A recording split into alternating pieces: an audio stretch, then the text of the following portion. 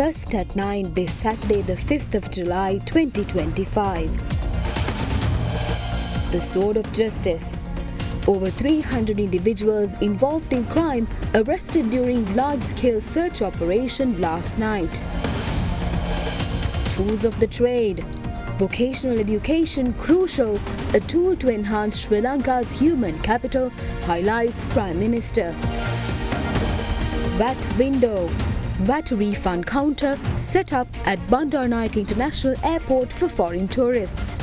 $188 million to be collected as a result of streamlining the VAT return policy, reveals Industry Minister.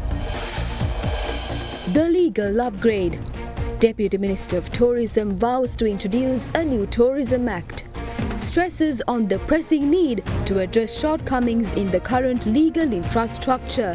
Cinec Campus Open Day. May masa 3 වෙනි දින උදෑසන 9 සිට Cinec Campus පරිශ්‍රයේදී. Enrolling now for the June 2025 intake and complete your degree in 2 years. Men, Paladins, Jovita, Baleak.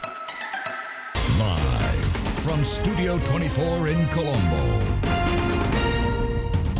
Good evening and welcome to Derana First at 9, Sri Lanka's most trusted news source. I'm Derana, joining you live with the latest in Sri Lanka and around the world. We begin with your top story. Over 300 individuals involved in the narcotics trade and other unlawful activities were arrested during a special large-scale search operation jointly conducted by the Sri Lanka Police, the Special Task Force and all 3 branches of Sri Lanka's military.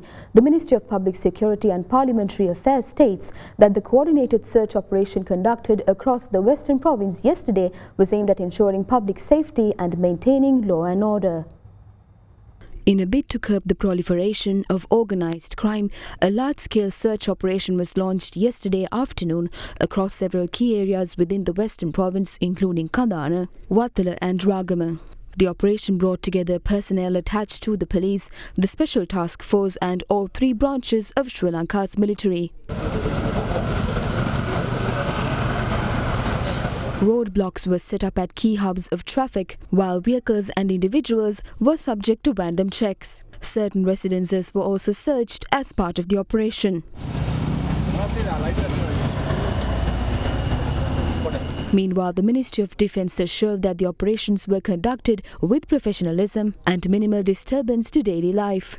Issuing a statement, the Ministry of Public Security and Parliamentary Affairs stated that the inspection, which lasted until midnight yesterday, led to the apprehension of nearly 350 individuals linked to various unlawful activities. Authorities also confiscated multiple narcotic substances and filed approximately 750 cases in court over the arrests made.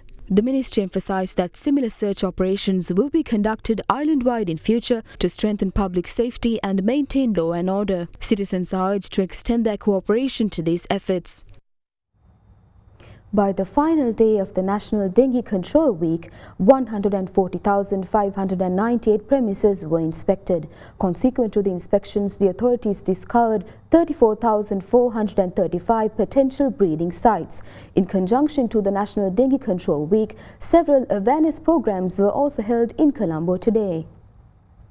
Since the beginning of this year, an estimated 29,000 patients have been diagnosed with dengue, while 16 have unfortunately succumbed to the fatal disease. Among Sri Lanka's 9 provinces, the western, Sabaragamuwa, central and the southern provinces have been identified as high-risk zones.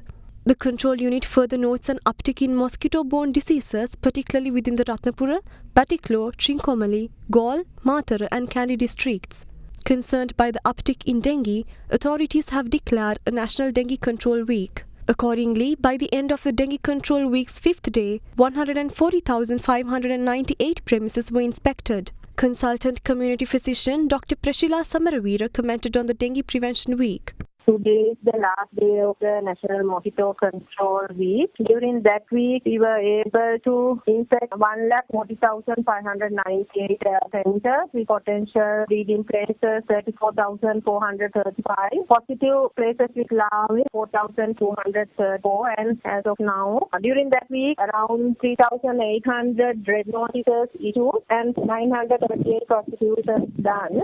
So we urge public to keep their premises clean. Meanwhile, this morning, the Kotikavatta Pradeshiya Sabha in Colombo and the Gotharuwa MOH office implemented a new program in line with the Dengue Control Week. During the special program, the relevant officers visited homes and raised awareness on the pressing issue. Meanwhile, another dengue awareness program was held within the Colombo Municipal Council jurisdiction. The program brought together officers attached to the health sector, the military, the environmental police and the public. As part of the program, hospitals and school premises, building construction sites, religious places and public places were inspected. චන්දරුසුමේ කාගෙන් බලා බෙස්සිග TV සඳහා සුපිරි deal. යාඩියා ලොව වැඩියෙන්ම අලෙවි වන electric ස්කූටරය Abans auto වෙතින්. Prime Minister Dr. Harinyamaraju Surya underscores the importance of vocational education as a tool to enhance the country's human capital. Addressing an event in Gampaha, she further claims that the government will utilize vocational education to develop Sri Lanka's human capital, which is crucial for the country's renaissance. The inauguration ceremony of the Labour Mission program, which will be implemented in vocational education institutions across the island, was held yesterday at the Gampaha Technical College under the patronage of the Prime Minister, Dr. Harinyamaraju Surya. The mission will be coordinated with the Clean Sri Lanka initiative and is aimed at building an organised and efficient institutional infrastructure. Most of us do not realize the importance of vocational education and the skills sector in creating a viable workforce for the country. Transforming an education system is not a simple task. It is a massive task. Our plan is to make vocational education an avenue of education actively chosen by students. To that end, we will raise awareness on vocational education during school. As we march forward to bring about the Sri Lanka's renaissance, we need to upskill our human capital. In that endeavour, vocational education will be a crucial element of Sri Lanka's transformation in education. වැදගත්ම ශේත්‍රයක් බවට වෘත්තීය අධ්‍යාපනය ස්ථානගත වීමට නියමිතයි. Deputy Minister of Tourism Professor Ruwan Singha emphasises on the urgent need to address the challenges stemming from the inadequacies of the current legislation governing tourism. During discussions held with relevant officials today, the Deputy Minister reaffirmed his commitment to introducing a new Tourism Act. As part of an ongoing initiative to inspect and address operational shortcomings within Sri Lanka Transport Board depots, SLTB Chairman Prasanna Purasinghe, accompanied by a team, visited the Kappatipula depot in Badulla yesterday afternoon. The visit focused on identifying infrastructural and administrative issues, with special attention given to the challenges faced by the depot's employees. Meanwhile, Deputy Minister of Tourism Professor Ruwan Ranasinghe, along with a group of officials, visited the Nuwarawawa in Anuradhapura to evaluate plans to open the site to both domestic and international tourists. The initiative forms part of a broader program to transform the Anuradhapura district into a prominent tourist destination. Accessibility is a cornerstone of sustainable tourism development. Progress in the sector is not possible without ensuring inclusive access for all. At the same time, existing legal and regulatory frameworks present challenges that must be addressed. To this end, we are now moving forward with the drafting of a new Tourism Act. The Cabinet has officially instructed the legal draftsman to begin drafting the new legislation, drawing from the recommendations outlined in the concept paper prepared by an expert committee. Necessary actions to implement these reforms will be initiated in due course.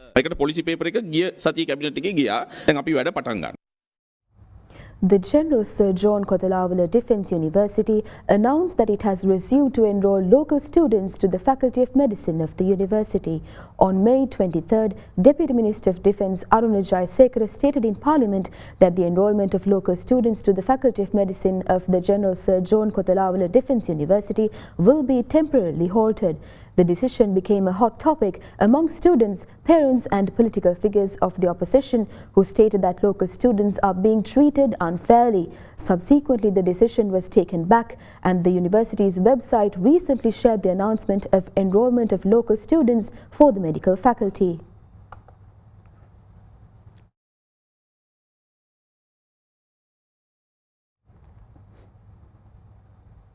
Leader of the opposition Sajith Premadasa emphasizes that the government has still not provided a response to Sri Lankan exporters regardless of recent discussions held with the US administration on reciprocal tariffs. Addressing a gathering in Anuradhapura today, Premadasa drew attention to the foreign debt repayments expected in 2028 and questioned how the government will be able to make those payments, especially given the issues grappling Sri Lankan exporters.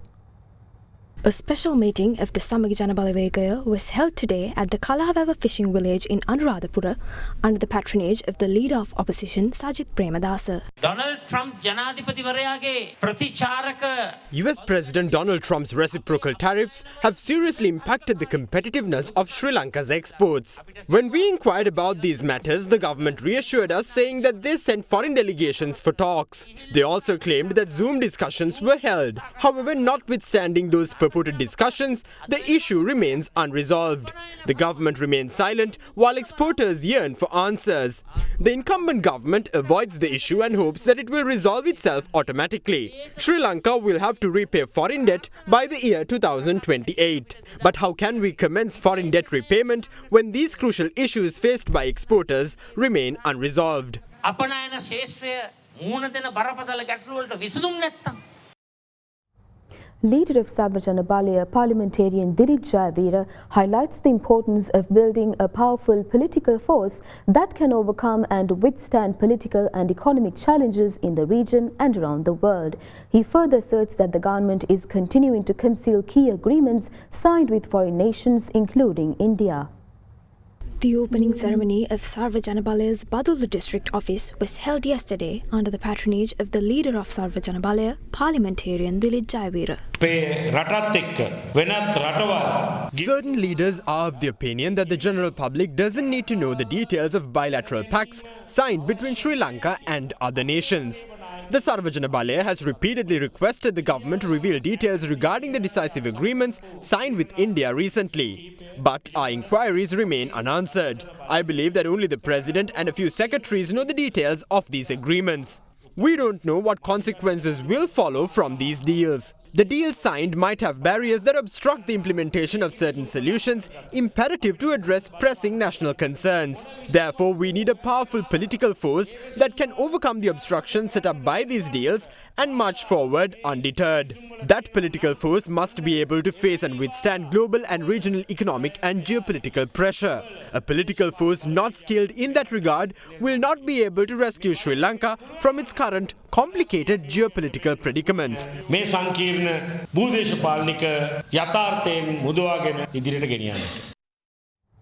Minister of Trade, Commerce, Food Security and Cooperative Development Wasantha Samarasinghe asserts that necessary legal action will be taken against those involved in the abduction of NPP parliamentarians of the Waligama Pradeshya Sabha.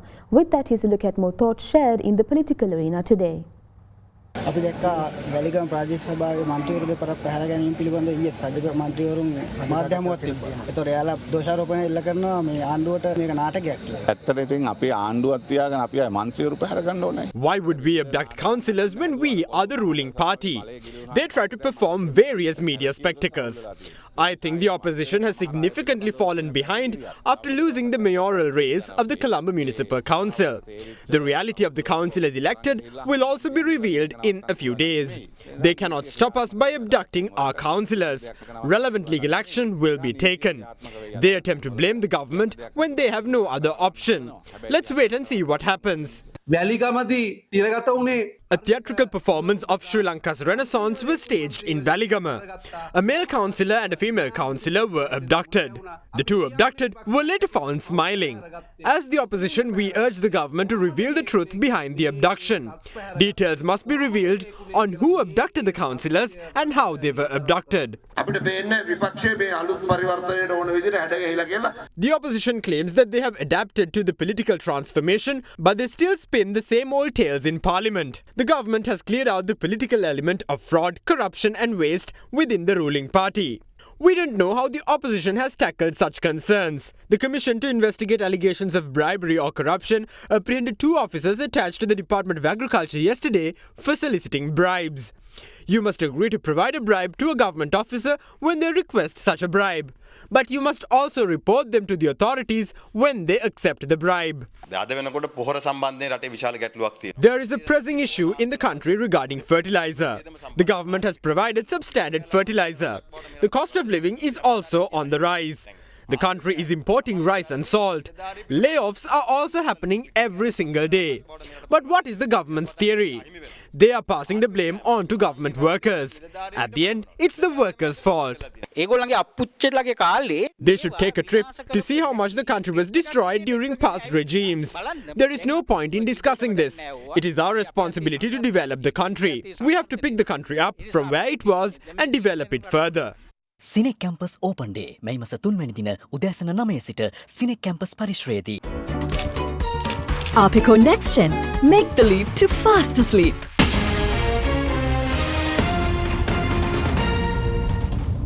Welcome back to First at 9. Here's a look at more local news across the island in brief.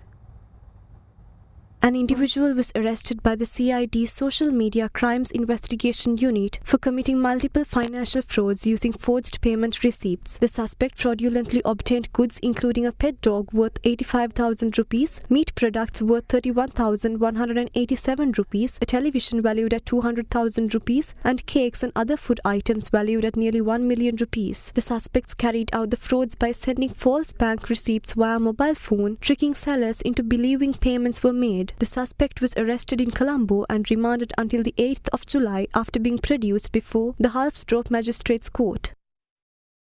In other local news, the 35-year-old tusker widely known as Bhatia is currently receiving treatment at the Mahava Wildlife Unit in Polpitigama. A team of 25 officers attached to the 15th Sri Lanka Artillery Regiment and the 9th Battalion of the Sri Lanka National Guard are assisting the authorities treat the tusker. The tusker has been suffering from a long-term injury to its right front leg. The injury has impacted the elephant's mobility as a result of critical swelling. During an inspection, Environment Minister Dr. Dhammika Patabandi said that the government will provide resources and the necessary support for the treatment of the tusker. In other local news, 2 individuals were attacked with a sharp weapon in the Gurumada area in Mahayanganaya. Investigations revealed that the incident had occurred due to a family dispute of the victims. One of the individuals was killed during the incident while the other was hospitalized after sustaining injuries.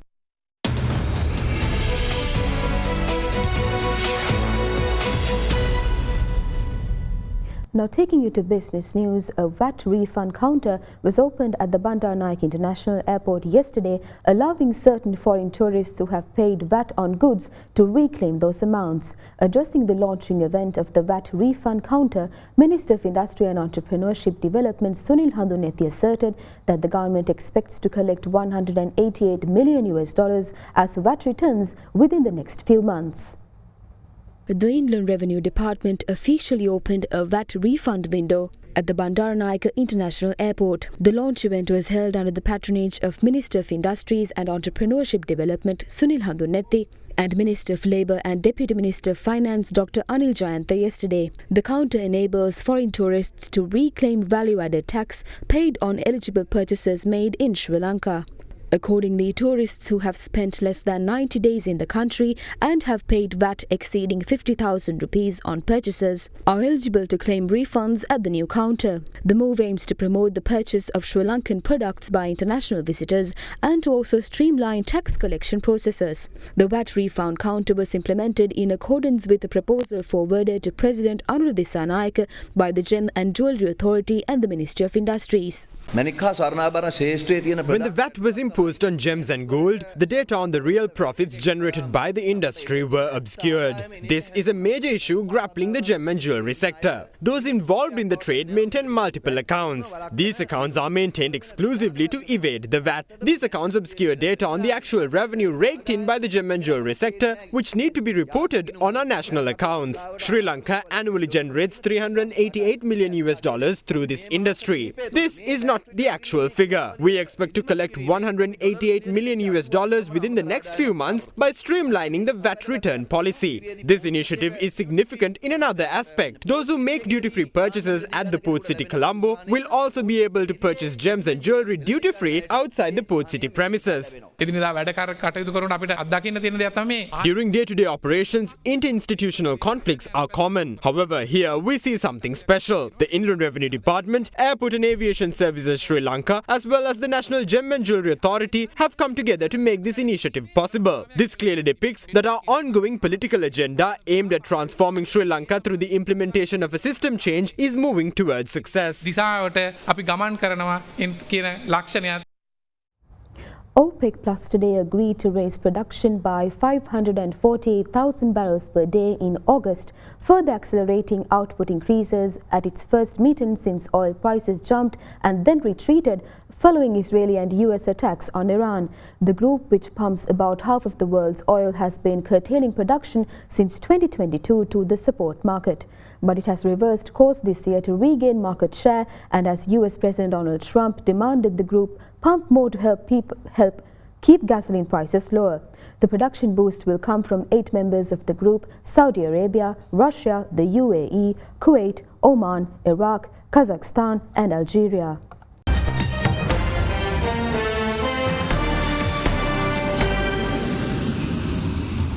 Welcome back. In your international news, a major search and rescue operation continued through last night in Texas after flash floods killed at least 27 people and left many girls missing from a Christian summer camp.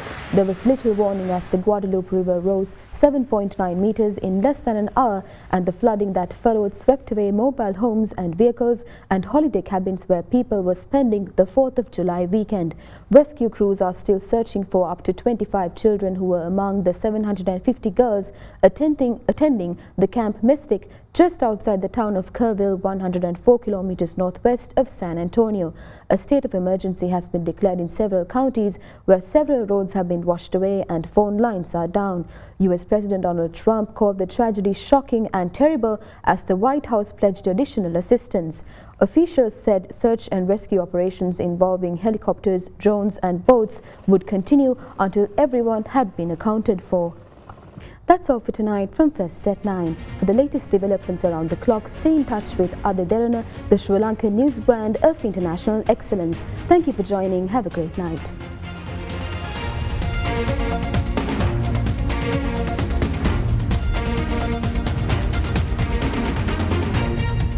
For news and information you can trust 24 hours a day, visit adaderana.lk.